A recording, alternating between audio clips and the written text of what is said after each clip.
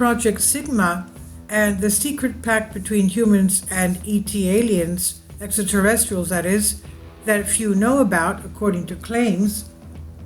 In the 1950s, the US government decided there was nothing wrong with letting gray alien abduct a few people if the price was right, and after shooting down several alien flying vehicles, their UFOs, and acquiring their advanced technology of their spacecraft that was falling at their feet, the government is said to have found it very profitable to establish communication channels with these alien entities. And after all, the concentration of alien technology would provide US technological superiority for both military and information purposes. And one of the first projects to address this situation was the Sigma Project, a joint venture established in 1952 by NSA-CIA consortium. Conspiracy circles refer to this undertaking using many suitors, and including the Tau 9 Treaty for the Preservation of Humanity, as Dr. Dan Burrish calls it, the Greada Treaty, or the Edwards Accord, named after the Air Force Base where the memorial meeting took place. The memorable meeting took place. The main goal was to pave the way for meaningful and productive communications between humans and extraterrestrials using what we would now call rudimentary technology, but also in combination with that recovered from crashed UFOs. Project Sigma scientists were able to locate an area in space with a suspicious group of asteroids. There they sent a signal message, and it did not take long to get a response and to schedule a meeting. However, the message was also received by another extraterrestrial presence that was carefully watching our planet. According to the claims, a species known as the Blues contacted the senders and advised them not to enter into any kind of agreement with the others, quote unquote. In a related negotiation, the Blues refused to give away any of their technology. Instead, they offered to support us in our spiritual growth. All they asked in return was the dismantling of all nuclear and other arsenals from everywhere on the planet. The reason, they explained, was because we humans, as a young species, as they said, are not qualified to exploit either the power of our own technology or nuclear power. In both cases, we would use it only to destroy ourselves.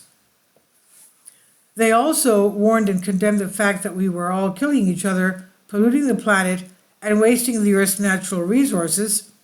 The Human Committee, with extreme suspicion and prejudice, believed that nuclear disarmament was not in the interest of the United States, but also, with hungry for power, rejected their offer, and their attention was now focused on getting the alien technology generously from the gray alien race. The diplomatic effort ended April 25, 1954, at Edwards Air Force Base in Southern California. Other sources claim the meeting took place 2 months earlier at Holman Air Force Base, 6 miles southwest of Alamogordo in New Mexico. The exchange of information is claimed to have taken place telepathically between representatives of both these worlds, ours and theirs. But what really matters is the outcome of the deal, the reward given to the gray aliens. It's unclear what the aliens' real motive was, but the reason they gave was genetic in nature. The Greys claimed that their DNA had undergone extreme degradation and they were dying out as a species. They were in desperate need of a solution to overcome this situation.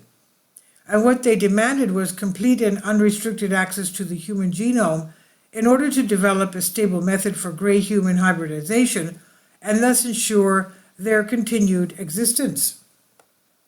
Additionally, these are some of the claims they made. The United States will not reveal to the rest of the world any information about the presence of the gray race on Earth. Alien actions will not be prevented. No interference will be tolerated. The U.S. will oversee the construction of several underground bases. The bases would be manned by both gray and alien humans. And first, the Atomic Energy Commission's old underground bases were converted into workstations. The United States would allow the extraterrestrial grays to abduct a limited number of people who would be returned intact with their memories wiped, hence not remembering what happened to them. The Greys will decide who will be kidnapped, but the list will need approval from the National Security Council. The aliens would provide the US with advanced weapons and technology, gravitational and electromagnetic propulsion systems, and mind control and alien implant technology. Well, if they don't want the world to have weapons, then why would they be giving them advanced weapon technology? Doesn't that sound a little bit suspicious? Now, in a speech, it's claimed to have not only witnessed but also signed by then President Dwight Eisenhower. Over the years, many have claimed that to have been present during the negotiations, and multiple confessions have emerged since then. Among them is Gerald Light, who at the time was the leader of a famous metaphysical community. Quote, "My dear friends, I have just returned from Murdoch Edwards Air Force Base. The report is true, devastatingly true. During my 2-day visit, I saw 5 distinct types of aircraft being studied and operated by Air Force officials with the help of and permission of the Etherians. I have no words to express my reactions.